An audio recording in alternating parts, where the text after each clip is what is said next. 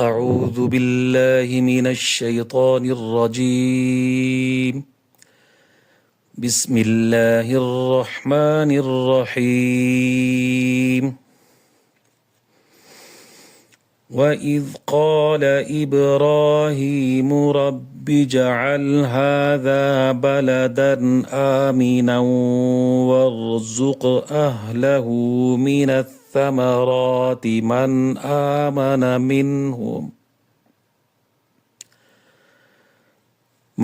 آمن منهم بالله واليوم الآخر قال ومن كفر فأمتعه قليلا ثم أضطره إلى عذاب النار وبئس المصير. صدق اللہ العظیم. اعوذ باللہ من الشیطان الرجیم. بسم اللہ الرحمن الرحیم. رب اشرح لی صدری ویسر لی امری واحلل عقدۃ من لسانی یفقہوا قولی. اللہ تبارک و تعالیٰ کے کرم اور فضل سے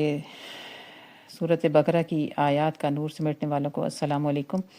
ابھی جو آپ نے آیت مبارکہ تلاوت سماعت فرمائی، اس کا یہ دوسرا حصہ تفسیر کا بیان کیا جا رہا ہے کہ اس کا ترجمہ پہلے سن لیں، کہ جس میں رب تعالیٰ فرما رہا ہے کہ اور یاد کرو جب ابراہیم نے کہا کہ اے میرے رب اس جگہ کو امن والا شہر بنا دے اور اس میں رہنے والوں میں سے جو اللہ اور یوم آخرت پر یقین لائیں ان کو پھلوں کے رزق عطا فرما.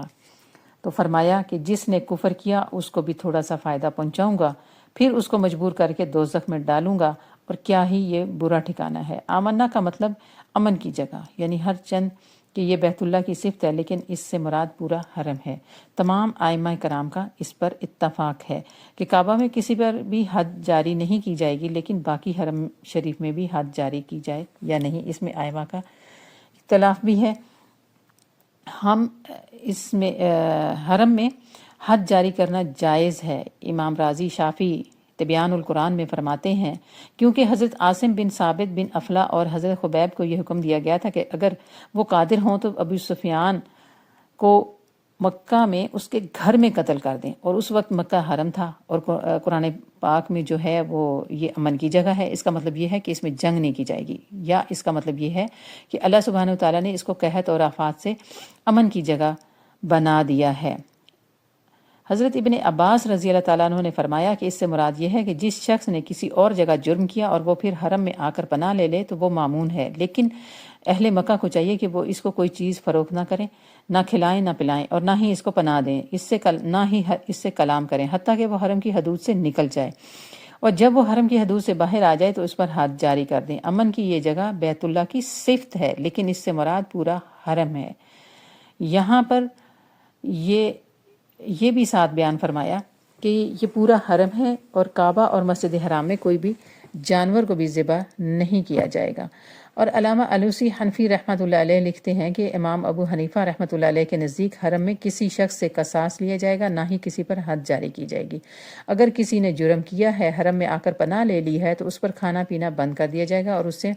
کوئی معاملہ نہیں کیا جائے گا حتیٰ کہ وہ حرم سے باہر آ جائے، اور جب وہ باہر آ جائے گا تو اس پر حد جاری کر دی جائے گی. یہ تمام ائمہ کرام کا اس پر اتفاق ہے کہ حرم کی حدود میں کوئی بھی مجرم آ کر اگر پناہ لیتا ہے تو اس کے ساتھ یہ معاملات اس طرح سے کیے جائیں گے. حضرت ابن عباس رضی اللہ تعالیٰ عنہ فرماتے ہیں کہ ابراہیم علیہ السلام نے جو دعا فرمائی، اس سے پہلے یہ حرم ہی تھا نا، تو اس کا ایک قول یہ بھی ہے کہ جابر حکمران زلزلہ، زمین کا دھنسنا، قحط، خشک سالی اور دیگر مصائب اور قدرتی آفات جو دوسرے شہروں میں نازل ہوتی ہیں، مکہ میں ہمیشہ سے مکہ مکرمہ اس سے مامون اور محفوظ رہا ہے اور رہے گا. اور حضرت ابن عباس رضی اللہ تعالیٰ عنہ یہ بھی بیان فرماتے ہیں کہ رسول اللہ صلی اللہ علیہ وسلم نے فرمایا کہ بے شک اس شہر کو اللہ نے اس دن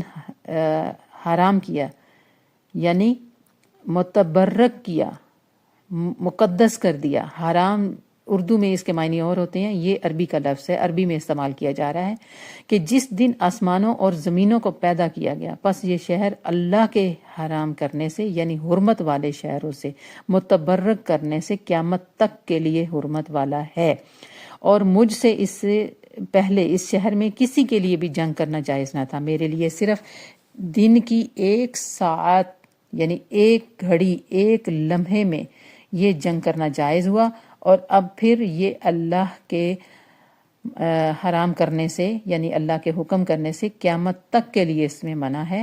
اور بہت سختی سے منع ہے۔ اس حدیث شریف کو امام مسلم نے بھی روایت کیا ہے، اور امام مسلم روایت کرتے ہیں کہ حضرت عبداللہ بن زید بن عاصم رضی اللہ تعالیٰ عنہ بیان کرتے ہیں کہ رسول اللہ صلی اللہ تعالیٰ علیہ وآلہ وسلم نے فرمایا کہ بے شک حضرت ابراہیم علیہ السلام نے مکہ کو حرم بنایا اور اہل مکہ کے لیے دعا کی، میں مدینہ کو حرم بناتا ہوں جیسا کہ حضرت ابراہیم علیہ السلام نے مکہ کو حرم بنایا تھا، اور میں مدینہ کے سا اور مد میں اس سے دگنی برکت کی دعا کرتا ہوں۔ سا اور مد یہ کیا ہے؟ یہ پیرامیٹرز ہیں تولنے کے، جس طرح سے گز ہوتا ہے کپڑے کا، ہمارے زبان میں اردو زبان میں بولا جاتا ہے گز، یا کلو کے حساب سے کوئی چیز لینی ہے تو وہ کلو کے حساب سے، پاؤ ہے،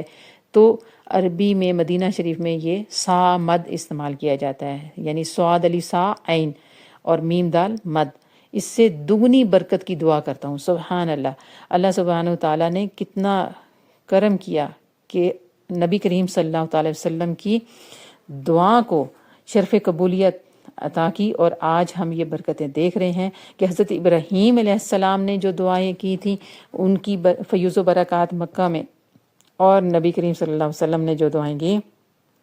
مدینہ شریف میں، یہ برکتیں، یہ فیوز و برکات ہم اپنی آنکھوں سے دیکھ رہے ہیں۔ صراط الجنان میں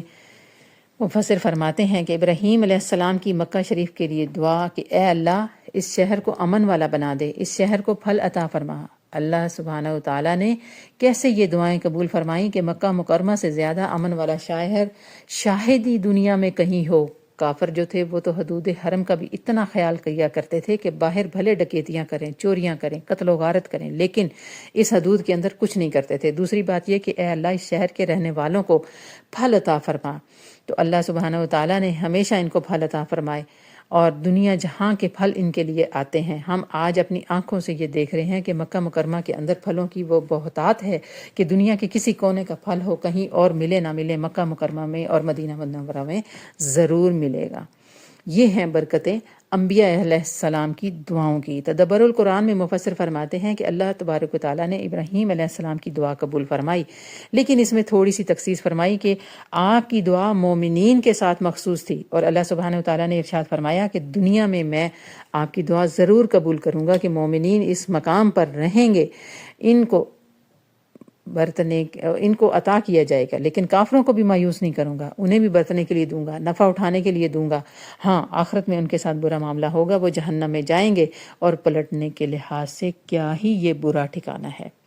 اللہ تبارک و تعالیٰ سے دعا ہے کہ رب تعالیٰ ہمیں حق بولنے، حق سننے اور حق سمجھنے کی توفیق عطا فرمائے۔ وما علینا الا البلاغ، صدق اللہ العظیم۔